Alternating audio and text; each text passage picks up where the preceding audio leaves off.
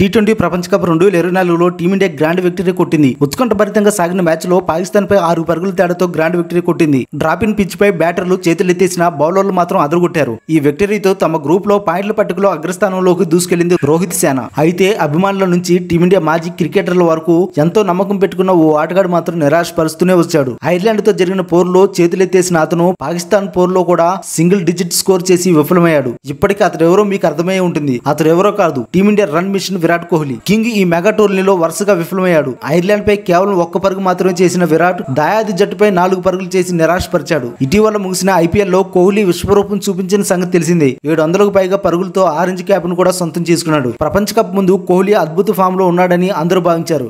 కానీ ఇప్పుడు scene reverse అయింది. దీంతో కోహ్లీపై ఫ్యాన్స్ ఫైర్ అవుతున్నారు. ఐపీఎల్ లో ఆరెంజ్ క్యాప్ కోసం ఆడావు, టీమిండియా కోసం మాత్రం చెత్తాట ఆడుతున్నావంటూ ట్రోల్స్ చేస్తున్నారు. అయితే మరికొంతమంది కింగ్ సపోర్ట్ గా నిలుస్తున్నారు. కోహ్లీ ఎన్నో మ్యాచ్ల్లో టీమిండియాకు విజయం అందించిన సంగతి మర్చిపోద్దని సూచిస్తున్నారు. నసావు స్టేడియం పిచ్ దారుణంగా ఉందని, అందుకే బ్యాటర్లు విఫలం అవుతున్నారని ఫ్యాన్స్ అంటున్నారు. ఇలాంటి పిచ్ పై బ్యాటింగ్ చేయడం చాలా కష్టమని ఇప్పటికే మాజీలు చెప్పిన సంగతి తెలిసిందే. డ్రాపిన్ పిచ్లు సెటిల్ అవడానికి కనీసం ఏడాది పడుతుంది. కానీ 3 నెలలకే ఈ పిచ్ పై ఆడడం వల్ల తక్కువ స్కోరు నమోదవుతున్నాయని అంటున్నారు. మరి విరాట్ కోహ్లీపై మీ యొక్క అభిప్రాయాన్ని కామెంట్ బాక్స్ లో తెలియజేయండి.